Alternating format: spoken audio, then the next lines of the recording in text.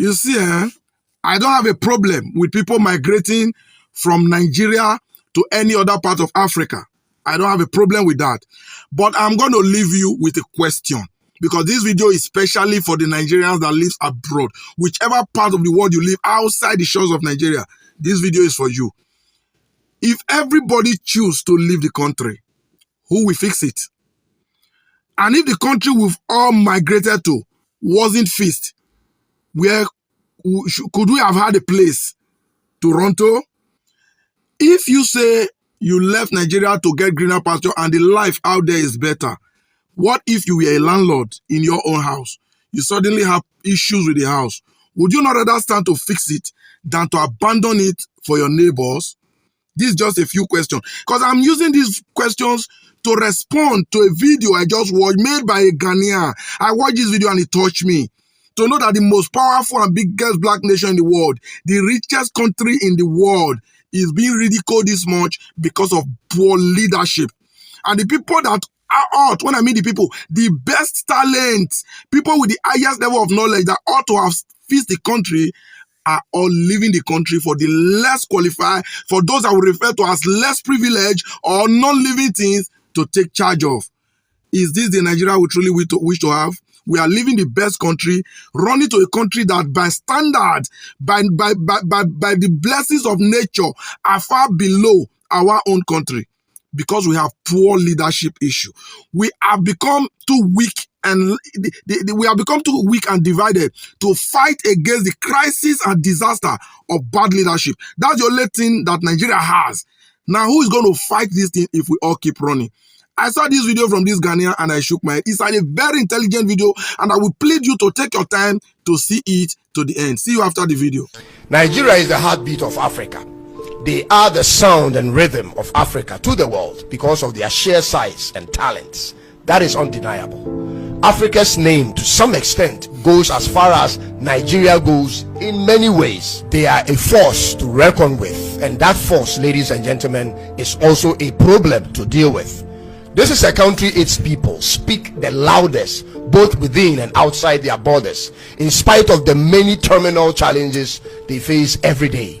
This is a country whose spirit isn't easily broken, and if you are objective enough, you will concur with these facts, ladies and gentlemen. But a large percentage of the people of this country have chosen a pathway that cannot be encouraged, whether in Ghana, in South Africa, or in any part of the world.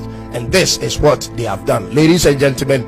They have given up on the fight to fix their own country and resorted to looking for what they couldn't achieve or cannot achieve in their own country, in other people's countries. And ladies and gentlemen, this shouldn't have been a problem, because every other African country actually does it, except that they are looking for this success by any means necessary and in the shortest possible time. This is the canker that plagues majority of young Nigerian immigrants anywhere they go. Shockingly, ladies and gentlemen, they are of the view that people outside of their country are not as driven and aggressive towards becoming successful as they are, not knowing that it is those same tendencies that's made their country the mess it is in. Many of them are therefore driven into all sorts of illegal enterprises anywhere they settle, getting rich by all means necessary in the shortest possible time. This is what Nigeria is being known for now. Who doesn't want this? But is that acceptable? It has gotten to the point that they don't care how a person makes their money, so long as the person makes their money. But you and I know that that's not how it's understood in other places. Nigeria, your people are running from your country as though the entire country is at war. Both men and women, young and old, to every other country. You have now become Africa's most emigrated country, meaning you have the largest number of people living abroad compared to any other African countries. This was true 20 years ago, ladies and gentlemen, and same today, and the number isn't slowing down because the factors that causes this is still expanding. Your social media content creators who indulge in politics are either doing it with comedy to trivialize the repercussions of their words, or are doing it outside of your country for fear of their lives, almost every well-meaning person who speaks truth to issues in Nigeria lives outside of Nigeria. Fear and terror have hijacked your country at every front. There is no non-politician fighting for the change that can bring a difference in your country anymore. Almost every relevant voice in your country is either silenced or paid at this point. Therefore, the fight other countries have to put in to attain the peace you see and desire is what you have denied and declined. It doesn't work like this, Nigeria. Instead of trying to make yourselves relevant in other countries, instead of trying to insert yourselves into the social fabric of other countries by all means necessary, how about this?